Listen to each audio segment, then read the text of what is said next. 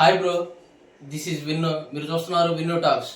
ఈరోజు ప్రోమో చూసిన తర్వాత ఈసారి నామినేషన్స్ నెవర్ బిఫోర్ అన్నట్టే అనిపించింది నాకైతే.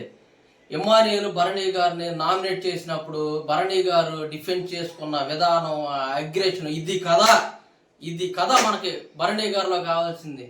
ఎప్పటి నుంచో అనుకున్నాం భరణి గారు మాట్లాడరు అని తన అగ్రెషన్గా. ఇప్పుడు చెప్పు ఇమ్మానియేల్, నేను అడిగిన దానికి చెప్పు, సమాధానం చెప్పు ఇమ్మానియేల్, మిస్టర్ ఇమ్మానియేల్ అన్న విధానం చాలా అంటే చాలా బాగుండబోతుంది. ఈసారి నామినేషన్స్ డిమాన్ పవన్, రీతు చౌదరి నామినేట్ చేసిన విధానం నేనైతే అసలు ఎక్స్పెక్టే చేయలేదు. Unpredictable nomination. అసలు లిటరల్లీ షాక్కి గురయ్యాను. అసలు వార్నింగ్స్ అనేవి బిగ్ బాస్ హౌస్లో ఈ రోజు నుంచి అసలు ఉండవండి. ఆ నామినేషన్స్ చూసిన తర్వాత నాకు అనిపించింది ఫైనల్గా ఇమ్మానియేల్ నామినేషన్లోకి వచ్చాడు. ఈసారి ఓటింగ్ తారుమారవబోతుంది.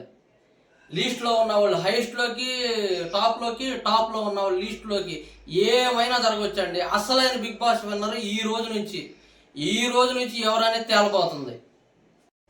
మీకు నచ్చిన వాళ్ళకు ఓటేసుకోండి మామ. ఈ రోజు నుంచి ఆట స్టార్ట్ అయిపోయింది.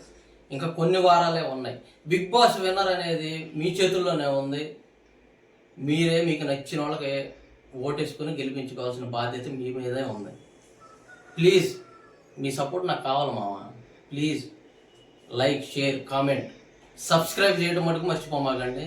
మీకు ఏమనిపించిందో కింద కామెంట్ చేయండి. నెక్స్ట్ వీడియోతో ఎపిసోడ్ ఎప్పుడెప్పుడు చేద్దామా ఫుల్ ఎపిసోడ్ అనేది చాలా చాలా ఎగ్జైటెడ్గా ఉన్నా. ఎపిసోడ్ చూసిన తర్వాత ఫుల్ వీడియోతో మళ్ళీ మీతో కలుస్తా.